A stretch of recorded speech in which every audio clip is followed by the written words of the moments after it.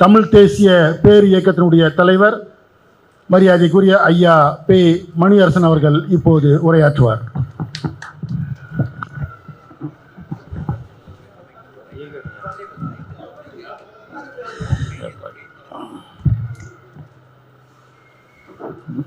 நம்முடைய தமிழ் தேசிய பேராசானாகவும் தமிழ் தேசிய போராளியாகவும் தமிழ் தேசிய அறிஞராகவும் விளங்கி அண்மையில் இயற்கை எழுதியிருக்கின்ற ஐயா அருகோ அவர்களுக்கு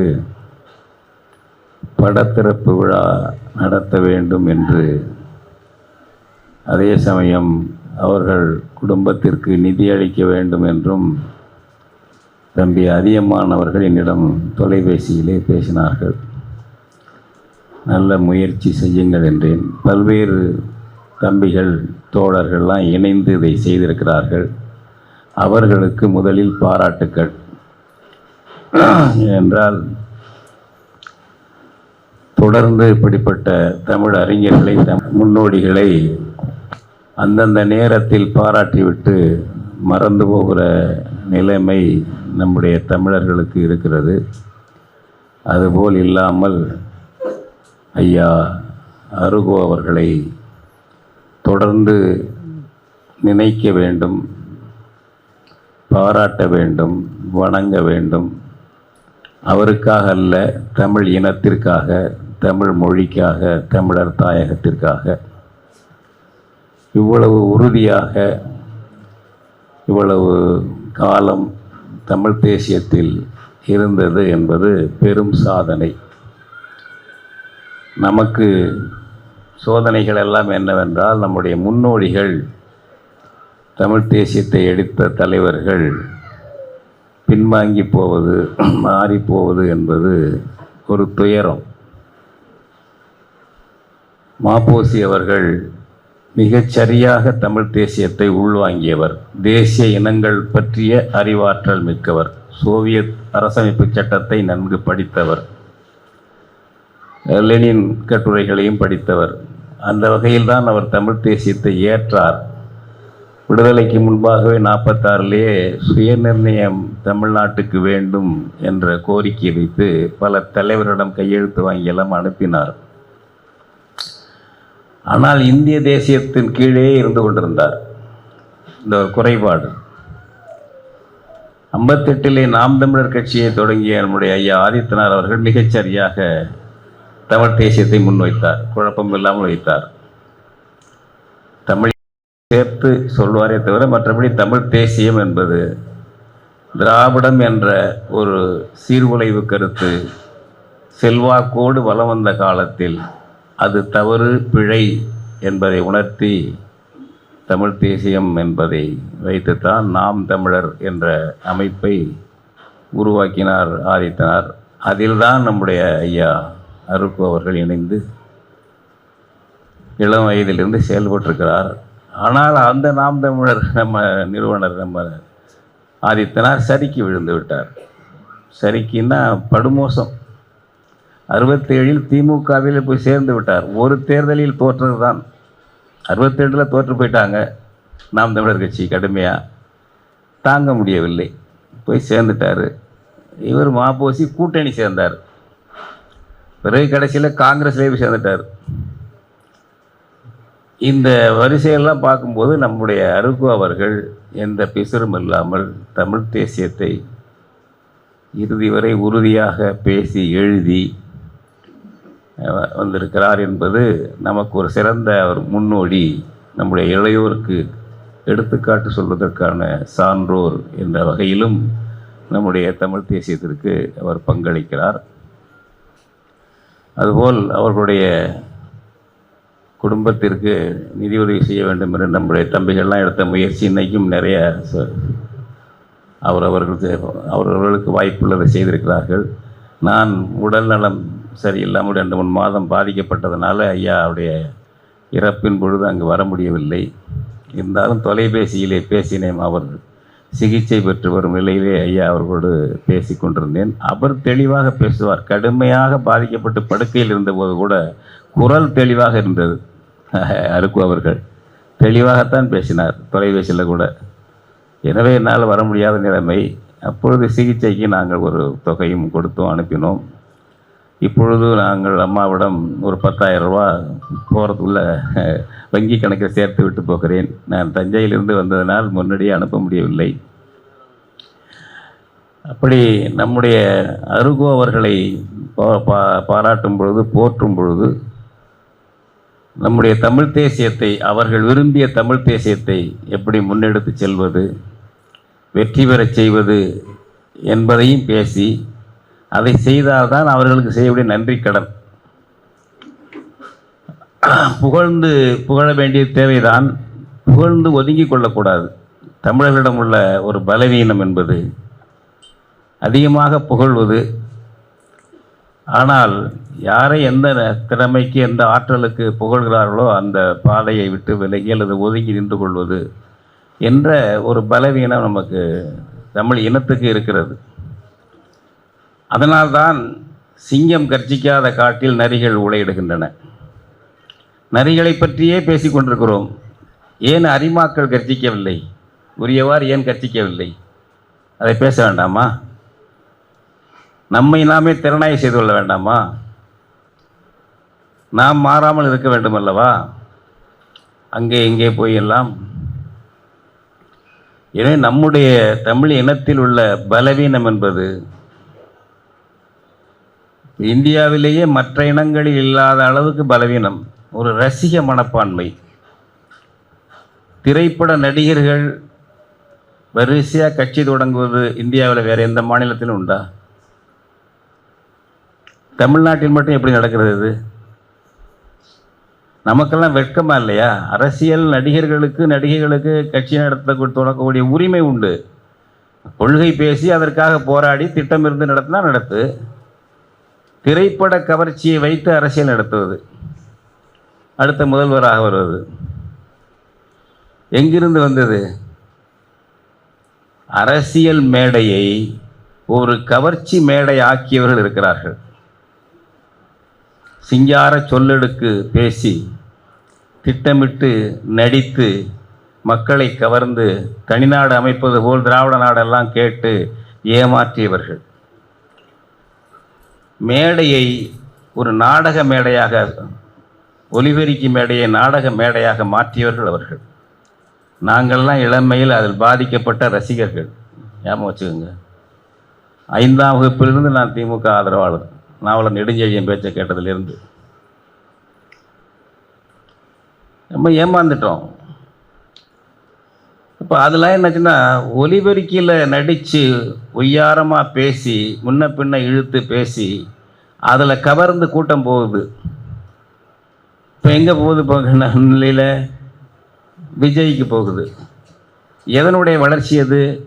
திமுக மேடை நாடகத்தினுடைய அடுத்த கட்ட வளர்ச்சி அது.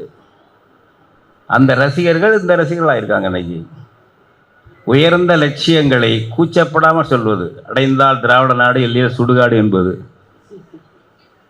ஒரு சட்டம் வருவதற்கு முன்பாகவே துண்டக்கான துணியக்கான உதறிட்டு விட்டுட்டு போன கூட்டம் அது. சட்டம் வரவில்லை, என்றைக்கு வரப்போகிறது என்று அறிவித்தார்கள். பொதுக்குழுவை கூட கூட்டவில்லை, செயற்குழுவிலே கூட்டி பேசி பிடித்து விட்டு போன கூட்டம் அது. அது அப்படி பேசும். இப்போ அதுதான் மாடலாக போச்சு எல்லாருக்கும். அவர்கள் வெற்றி பெற்று தொடர்ந்து ஆட்சியில் இருக்கிறார்கள் அல்லவா? அவர்களோ அவர்களுடைய பங்காளிகளோ இருக்கிறார்கள் அல்லவா? அப்போ நம்ம தமிழர்களுக்கு அரசியலுக்கு வந்தால் அதுதான் மாடல். இந்த சீரழிவிலிருந்து நம்ம பிள்ளைகளை விடுவிக்கணும். 100க்கு 100 அல்ல, 15 விழுக்காடு 20 விழுக்காடு விடுவிக்கணும். அது போதும், புரட்சி பண்ணிடலாம். ஞாபகம் வச்சுக்கோங்க. உண்மையாக ஒரு கொள்கையோடு இருக்கக்கூடியவர்கள். எல்லாரும் களத்தில் இறங்கி போராட வேண்டும் என்பதல்ல. சில லட்சம் பேர் இறங்கி களத்தில் போராடினால் போதும். அது பரவலாக தமிழ்நாடு முழுக்க இருக்க வேண்டும். இப்போ சரியான, இப்போ அருகோவிலிருந்து அவர் பதவி, பணம், விளம்பரம் 3க்கும் ஆசைப்படாதவர். வெறும் புகழுக்காக இன்னைக்கு இல்லை, நடைமுறையில் வாழ்ந்து காட்டிய மனிதர். அந்த அந்த மாதிரியான ஒரு லட்சிய பிடிப்பு இருக்கணும். மக்கள் சக்தியை திரட்டக்கூடிய ஆற்றலும் வேண்டும். நான் சிறந்த வீரன் என்று நாம் தனிமைப்பட்டு 4 பேர் இருந்தால் பத்தாது. மக்கள் சக்தியை திரட்டக்கூடிய ஆற்றல் நமக்கு இருக்க வேண்டும். நாம் உண்மையிலேயே களத்தில் நின்றால் திரள்வார்கள். நமக்கு எடுத்துக்காட்டு அதுதான். இப்போ நம்ம எல்லாம் வீரம் இல்லாத என்னம்மா முன்னோடியாக இருந்து திரட்டணும். அதை தமிழீழ தேசிய தலைவர் மற்ற பிள்ளைகளும் அதை திரட்டினாங்க, நின்றார்கள். என்ன 30-35 லட்சம் மக்கள் தொகை, அது இவ்வளவு சாதனை பண்ணாங்கல்ல. இப்போ இன்னைக்கு பயப்படுறான் தமிழ் தேசியம் தமிழன்னா. எதுக்கு? இன்னைக்கு தமிழ்நாட்டில் வாழக்கூடிய நம்மை பார்த்தல்ல, நம் இனத்தின் வரலாற்றை பார்த்து, கரிகால் பெருவளத்தானை பார்த்து, 20ஆம் நூற்றாண்டு கரிகாலனாகிய பார்த்து பயப்படுகிறான். இந்த மொழியை கண்டு பயப்படுகிறான். இந்த தமிழை கண்டு அஞ்சுகிறான். அதற்குரியவர்களாக நாம் இந்த தலைமுறையில் எந்த சோரமும் வரக்கூடாது. அதை சரியாக கொண்டு போகணும். அப்படிப்பட்ட உறுதியை நாம் எடுக்கணும்.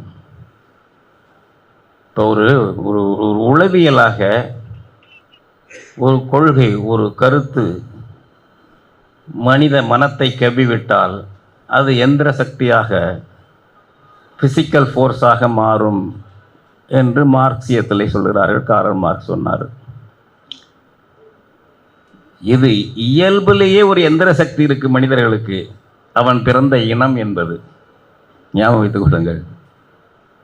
மனிதர்களுக்கு அவர்கள் பிறந்த இனம் சார்ந்த இயல்பூக்கம், எந்திர சக்தி, ஒரு ஃபோர்ஸ், பற்று இருக்கிறது. அதோடு உண்மையான தமிழ் தேசியம் என்ற லட்சியம் சேரும் பொழுது பல மடங்கு வேகம் வர வேண்டும் அல்லவா? பல மடங்கு வேகம் வர வேண்டும். வரும், வளர்ந்து கொண்டிருக்கிறது. எப்பொழுதும் வளர்வதை சிதைக்க, சீரழிக்க பகைவர்கள் பல வேலைகளை செய்வார்கள். நாம் இன்னைக்கு தமிழ்நாட்டில் 8 கோடி பேர் இருக்கிறோம். நாம் சரியாக இருந்திருந்தால், இன உணர்ச்சியோடு இருந்திருந்தால், திரட்ட முடிந்திருந்தால், இங்கே இருக்கிற தமிழர்களுக்கான பெரிய கட்சிகளாக இருந்ததெல்லாம் நேரடியாகவோ மறைமுகவோ உடந்தைகள். தமிழன் தமிழச்சி அதை பார்த்து சகிச்சுக்கிட்டு தானே கணிசமாக இருந்தாங்க. போராடுறவனை பிடிச்சி ஜெயிலில் போடுவோம் என்று, வேற ஒன்றும் பண்ணிட முடியாது என்று. எனவே இந்த படிப்பினைகளிலிருந்து நாம் நம்மை தேற்றிக்கொண்டு, இந்த அருகோ ஐயா போன்றவர்களை நாம் பாராட்டும் பொழுது நம்ம வரலாற்றை பார்த்துவிட்டு நம்ம எப்படி செப்பனிட்டுக்கணும், எப்படி திருத்தம் பண்ணிக்கணும். ஒரு தவறான கருத்து நம்ம இனத்தில் திணிக்கப்படுகிறது. இந்திய அரசமைப்பு சட்டத்தில் இந்தியன் என்று ஒரு தேசிய இனம் இருப்பதாக கூட சொல்லப்படவில்லை. சிட்டிசன் ஆஃப் இந்தியா தான் பேசுது கான்ஸ்டியூஷன், ஞாபகம் வச்சுக்கோங்க. ஆனால் அவன் இந்தியன்னு பிறகு கொண்டு வந்தான். கான்ஸ்டியூஷன் திருத்திடுவானுங்க. இப்போ இந்தியன் இந்தியன் இந்தியன் இந்தியன்னு சொன்னால் அப்போ குறைச்சலாம், தங்கம் பத்திரமாத்து தங்கத்துக்கு. பாரதியன், நீங்கள்லாம் தம்பி நல்லது, அவங்களை எழுதும்போது பாரதியன்னே எழுதுங்கப்பா. ஆமாம், பாரதியன் எழுதுங்க. அவளாக தான் பேசுகிறா. ஏண்டா, பிரித்தானிய பீரங்கிகளின் வல்லுறவுக்கு பிறந்தது இந்தியா. ஐரோப்பிய காட்டு மிராண்டிகளுக்கு பிறந்தது இந்தியா. ட்ரம்ப் இருக்கிறான் பாருங்க, 17-18ஆம் நூற்றாண்டு ஐரோப்பிய இன்றைய பேரனவன். அவன் அவங்க எல்லாம் பண்ணிக்குவானுங்க. ரெனாய்சான்ஸ் பேசுவானுங்க, மறுமலர்ச்சிம்பானுங்க, ரிஃபர்மேஷன் பேசுவானுங்க, நேஷன் ஸ்டேட் ஃபார்மேஷன் பேசுவானுங்க. அந்த புத்தகத்தை படிச்சுட்டு அப்போ அவர் அப்படி போயிருந்தா அவர் கிழிச்சார். இவர் ரம்சாமி சொல்லுவார்ல, அங்கே இங்கிலீஷ் எப்படி இதை அப்படிங்கன்ட்டு. அவன் நம்மகிட்ட எப்படி நடந்துக்கிட்டான்? இந்தியாவின் தந்தை யார்? Robert Clive. சொல்ல தெரியணும். காந்தி பிறகு வந்த நபர். வேப்பார் தோண்டி. ராபர்ட் கிளை அவன் தான் உருவாக்குனா, அவனுடைய பீரங்கி உருவாக்குச்சு. இவனுக்கு நமக்கு என்ன சம்பந்தம்? ஊப்பிக்காரனுக்கு நமக்கு என்ன சம்பந்தம்? இவ்வளோ பெரிய சிக்கலை உண்டாக்கிட்டு போயிட்டாங்க அந்த ஐரோப்பிய பசங்க. அவன் மேலே இங்கே ஒரு அவன் இங்கிலீஷே படித்தா போதும் நீங்கள் ஒரு ஆள் சொன்னார்ல. இன்னைக்கு இங்கிலீஷ் படிக்கிற அளவுக்கு தமிழ்நாட்டில் தமிழ் பிள்ளைகள் தமிழ் படிக்கிறதா? வச்சுருக்காங்களா? கேட்டிங்களா? நம்ம அங்கே தானே போய் சேர்க்குறோம். 2 லட்ச ரூபா கொடுத்து மழலையர் பள்ளியில் சேர்க்குது நம்ம கும்பல் சேர்க்குது. மழலையர் கூட்டம் அதை கொண்டு அங்கே படிக்க வைக்குது. அரசு பள்ளியில் பிள்ளைகள் இல்லை தமிழ் வழியில் இன்னும் 3ஆம் பள்ளிக்கூடங்களை. இதிலெல்லாம் தான் மாற்றம் வர வேண்டும். இதிலெல்லாம் தான் மாற்றம் வர வேண்டும். நம்ம சிந்திக்கணும். பெற்றோர்கள் அவனை குறை சொல்கிறான். நம்ம வீட்டு பிள்ளைகளுக்கு தமிழில் பேர் வைக்கிறாங்களா? அருகோருடைய நினைவாக இன்றைக்கி வந்திருக்க எல்லாரும் நம்ம முயற்சி பண்ணணும். நம்ம வீடு, நம்ம சொந்தக்காரங்க வீடு, நம்ம இயக்கத்தை சேர்ந்த கட்சிக்காரங்க வீடு, தமிழில் பிள்ளைகளுக்கு பேர் வைங்க, தமிழ் வழியில் படிக்க வைங்க. இந்த உறுதி கூட இல்லாமல் 10ஆம் பதிவுகள் சொல்லிவிட்டு போகிறது என்ன பயன் இருக்கு? இந்த உறுதியை எடுத்தோம்னா அருகோ நிரந்தரமாக வாழ்ந்து கொண்டிருப்பார். அருகோ போன்ற அறிஞர்கள், தமிழறிஞர்கள் எவ்வளோ பேர். தயவுசெய்து இந்த தேசியம் நேஷனாலிட்டி இவங்க உண்டாக்குனாங்க பாருங்க. 3000-4000 ஆண்டுக்கு முன்னாடி நேஷனாலிட்டி பேசுகிறவன் தமிழன். தமிழ்நாடுன்னு சொல்கிறானுங்க இல்லைங்க. சேர நாடு, சோழ நாடு, பாண்டிய நாடு இருக்கும்போது தமிழகம்னு சொல்கிறானே புறநானூற்றில். பரிபாடலில் தமிழ்நாடு, தண்டமிழ் வேலி தமிழ்நாடுங்கிறான்ல. வேலி எல்லாம் சொல்கிறான் பாருங்க. ஐயோ என்னமோ இந்த பேர் சொன்னார், நேஷனாலிட்டி சொல்லிட்டார் அவர், லெனின் சொன்னார். அவங்க ஊருக்கு சொல்கிறாங்க. நமக்கு நம்ம முன்னோர் சொல்லிட்டான். தொல்காப்பியத்தில் பாயிரத்தில் சொல்கிறானே, எல்லாம் சொல்கிறானே. வடவேங்கடம், தென்குமரி, ஆயிடை, தமிழ் ஊர், நறு எல்லாம் சொல்கிறானே. ஐயா எவனுக்கு சொல்லியிருக்கான்? உனக்கு சொல்லியிருக்கான். தேசியம் ஐரோப்பாக்காரன் கண்டுபிடிச்சா அவன் தான் சொன்னானே. நம்ம விட்டுட்டு உட்காந்துருக்குறோம். அது நம்ம இதுலேயே ஒரு தொல்காப்பியத்துக்கு ஒரு எழுதுவார்ல, ஒரு இப்போ வேறு என்ன உரை எழுதினதில் இளம்பொருளனே சொல்வார்ல, செப்பும் வினாவும் வளால் ஓம்பல் கேள்வியும் பதிலும் குழப்பம் இல்லாமல் இருக்கணும்னா, எடுத்துக்காட்டாக நம் நாடு யாது என்றால் தமிழ்நாடு என்றால் 11ஆம் நூற்றாண்டு, கிபி 11ஆம் நூற்றாண்டு. எவன் சொன்னான்? உலகத்தில் சொல்லியிருக்கலாம். எங்களுக்கு முன்னே சொல்லிட்டாங்க. இப்போ கற்றுற வேண்டியதில்லை. நம்ம இதை கற்றுக்கல. சேர நாடு, சோழ நாடு, பாண்டிய நாடு சொல்லாததா. ஒரு நாடு எதுக்கிட்ட அது அரசு நிர்வாகம். ஒரு நாடு தமிழ்நாடு, அதில் சோழ நாடு இருக்குது, அதில் பாண்டிய நாடு இருக்குது. அதுக்கு தான் அந்த ஆடு சொல்கிறான் இளம்பூரன்னு. குழப்பம் இல்லாமல் சொல்லு. நாடுன்னு கேட்டால் எந்த அரசின் கீழ் இருக்கிறன்னா சொல்லு. சோழங்களை, பாண்டியங்களை சொல்லு. எந்த நாடுன்னா தமிழ்நாடு சொல்லிட்டான்னு சொல்கிறானே 11ஆம் நூற்றாண்டில். யாருக்கு எவனோ கற்றுக் கொடுத்தான், புதுசாக ஒருத்தன் கற்றுக் கொடுத்தான் நம்மள. அதனால் இதை நம்மகிட்ட இருக்குது. மேற்கத்திய எங்கே இருந்தாலும் கற்றுக்குவோம், தப்பு இல்லை, அகம்பாவம்லாம் கிடையாது. நம்மளை ஒன்றும் இல்லாத நம்ம நினச்சிக்கிட்டு எல்லாம் அவன் தான் கற்றுக் கொடுத்தான்னு அவங்க கற்றுக்கிட்டாங்க, பிறகு கற்றுக்கிட்டாங்க, கூடுதலாக படிக்கிறாங்க. நம்ம அடுத்தவனுக்கு ரொம்ப நாளாக அடிமையாக போயிட்டோம். கிபி 2ஆம் நூற்றாண்டில் தொடங்கின அடிமைத்தானே மாறி மாறி வந்துக்கிட்டே இருக்குது. களப்பிரர் அவனுக்கு மனுக்கு பல்லவனுக்கு அப்படி போச்சு. இப்போ நாயக்கனுக்கு, இப்போ டெல்லிக்காரனுக்கு, பிரிட்டிஷ்காரன் லண்டன்காரனுக்கு அடிமையாக இருந்தால் இப்போ டெல்லிக்காரனுக்கு அடிமையாக இருக்கிறோம். எல்லா திட்டமும் ஹிந்தியில் கொண்டு வரானுங்க. எல்லா திட்டமும் அவர் நிதி கொடுப்பாரான். ஹிந்தியில் எழுதினா தான், ஹிந்தியை நீங்கள் தமிழில் எழுதுங்கிறான். ஜல்சக்தின்னா நீராற்றல்னு மொழியாக்கம் பண்ணால் நிதி கிடையாதான். தமிழில் ஜல்சக்தின்னு எழுதிக்க, ஆங்கிலத்தில் வேணால் எழுதிக்க. ஆமாங்க. சட்டம் எல்லாம் இந்த ஐபிசி, சிஆர்பிசி, எவிடன்ஸ் ஆக்ட் எல்லாம் ஹிந்தியில் பேர். ஒரு பால் பிஎன்எஸ்ங்கிறானுங்க. என்னன்னு தெரிய மாட்டேங்குதுங்க. வேகமாக வந்துட்டுருக்கான். தமிழ் அழிப்பில் வேகமாக வந்துட்டுருக்கான். தமிழை அரவணைத்துக் கொள்வது, தமிழனை அரவணைத்து அடிமைப்படுத்துவது என்பது பாரதியனுக்கும் திராவிடனுக்கும் ஒரே உத்தி. ஞாபகம் வச்சுக்கோங்க. தமிழை புகழ்ந்து தமிழனை அரவணைச்சு தான் அழிக்கணும். புரியுதுங்களா? பாஜக காரனோட திட்டம்னா முஸ்லீம்களை பகிரங்கமாக அறிவித்து அழிக்கணும், தமிழர்களை அரவணைச்சு அழிக்கணும்.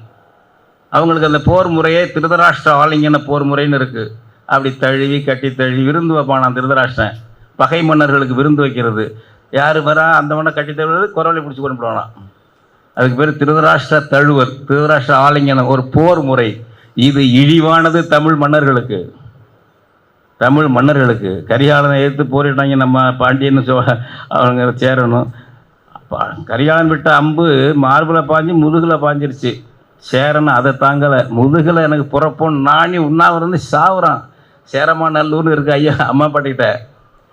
வெண்ணிப்போர் கோவில் வெண்ணிப்பு அதுக்கு பேர். பக்கத்தில் சேரமாநல்லூர் இப்போவும் இருக்குது. அங்கே உண்ணாவிரதத்தில் சேரம் இறந்தது. எப்படி அவன் புறமுது காட்டலை, அது வழியாக மார்பில் பட்ட முன்னு வயிற்றுலே பட்டது, பின்னால் முதுகில் போய் காயம் பட்டுருச்சான். அது எனக்கு என்ன புறமுதுகுன்னு, அதுதான்டா தமிழ் மானம். அவனை பாடுறா வெண்ணி குயத்தி, நீ சிறந்தவன் தான் நளியிரு முன்னுயிர் நாவாய் ஓட்டி வழிதொழிலாண்ட உறவோன் மருக. கரிகாலன் நீ சிறந்தவன் தான், நின்னிலும் மேலோன் புறப்புண்ணாணி உண்ணாவிரதம் என்று செத்த சேரன். மன்னன் என்று சொல்கிறா ஒரு பொண்ணு, வெண்ணி குயத்தி என்ற ஒரு பொண்ணு, அவருடைய மன்னன், நம்முடைய மன்னன் கரிகாலன். நீ சிறந்தவன் தான், ஆனால் நீ விட்ட அம்பு முதுகில் போயிடுச்சு, வழியாக போயிடுச்சுக்கிறதுனால புறப்புண்ணாணி உண்ணாவிரதம் தான் பாரு, உன்னை விட மேலோன். என்ன சான்றாண்மை, என்ன செம்மாப்பு, இது நம்ம இனம். எனவே இதனுடைய வாரிசுகள் தான் இன்னைக்கு வந்து நீ எவ்வளவு ஒரு வர்றியோ போறியோ வறுமையோ இல்லையோ, நான் தமிழ் தேசியத்தை விட மாட்டேன், திராவிடத்துக்கோ இந்தியத்துக்கோ அடிமையாக மாட்டேன் என்று அருகோ இருந்தார். கொஞ்சம் அவர் கஞ்சாச்சி கஞ்சி போயிருந்தாக்க ஆயத்தினார் மாதிரி நல்லா தான் இருந்திருக்கலாம். யார் பேசுவான்? பல பேர் யார் வந்து பேச போகிறாங்க? இருக்கிறப்ப சுகத்தை அணிஞ்சிட்டு போக வேண்டியதுதான். அருகோ 1000 ஆண்டுகளுக்கு வாழ்வார், வறுமையை சுமந்தாலும். ஞாபகம்.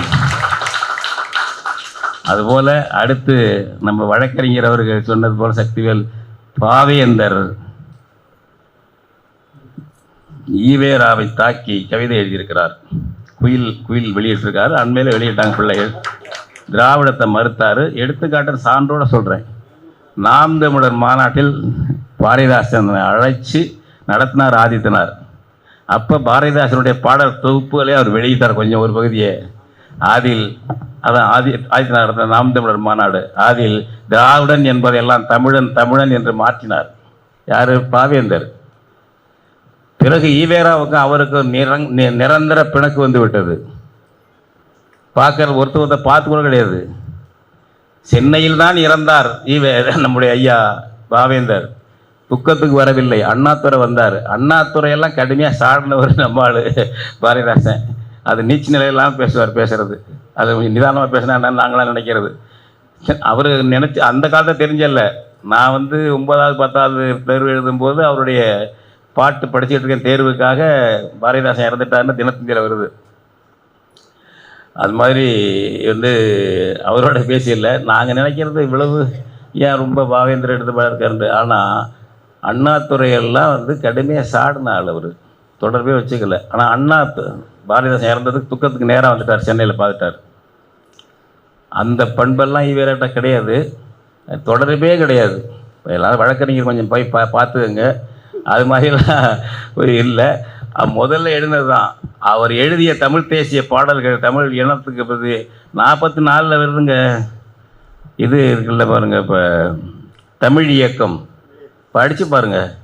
தமிழ் தேசியத்துக்கு அதை விட என்ன நூல்? 1944 அவர் எழுதினது. முல்லை முத்தையா வெளியிட்டது. ஞாபகம் வச்சுக்கோங்க. அவ்வளவு அருமையான இயற்கையான தமிழ் தேசியர் பாவேந்தர். அவர் இந்த செட்டோட குழம்பி போய் திராவிடத்தை ஆதரித்து, நம்ம திராவிடத்தை மறுத்தவங்களெல்லாம், நம்ம அண்ணர் தங்கோவையெல்லாம், நம்ம ஒரு சோமேஸ்வரர் ராமலர் சுதந்திர பாரதி எல்லாம் கூட திட்டியிருக்காரு. யார்? நம்பாள். அப்போ பாவேந்தர் திட்டியிருக்காரு. அவர் கோவப்படுவார், அவ்வளோதான். ஆனால் தமிழ் இனத்தின் மீது இயற்கையான பற்றுள்ளவர் நம்முடைய தமிழ் தேசிய பாவலர். அதனால தான் நாங்கள் எங்களுடைய சின்னங்களில் தமிழ் தேசிய பேரியக்க சின்னமாக நடுவில் திருவள்ளுவர் பேராசானும், இந்த பக்கம் மறைமலை அடிகளும், அந்த பக்கம் பாவேந்தர் படம் போட்டு வச்சுக்குவோம், ஒரு அடையாளமாக நம்ம வரலாற்றுக்கு. எனவே அப்படிப்பட்ட நம்ம வரலாறு நமக்கு அப்படியெல்லாம் இருக்கிறது. அந்த வழியில் தான் நம்முடைய அருகோ அவர்கள் இருந்தார்கள். நம்முடைய இதுகளை வந்து யோசிக்கணும். ஏன் இப்படி இருக்குது?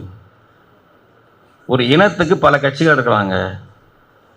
தமிழ் தேசியம் என்பதை நான் பல தடவை சொல்லிட்டேன். முற்போக்கு, பிற்போக்கு, நற்போக்கு, எல்லா போக்கும் இனப்போக்குப்பா. அது ஒரு செயற்கையானது இந்திய தேசியங்கிறது. அதில் வலதுசாரி இருக்கான், இடதுசாரி இருக்கான்ல. பாஜக நான் வந்து இந்திய தேசியங்கிறான், சிபிஎம் சிபிஐ எம்எல் அமைப்பு நாங்கள் இந்திய தேசியங்கிறாங்க. அவன் கொள்கைக்காக சொல்கிறாங்கல்ல. ஏன்னா இயற்கையான தமிழ் தேசியத்தில் நீ வலதுசாரி இருக்கலாம், இடதுசாரி இருக்கலாம், முதல்ல தமிழ் தேசிய ஆளாக இரு.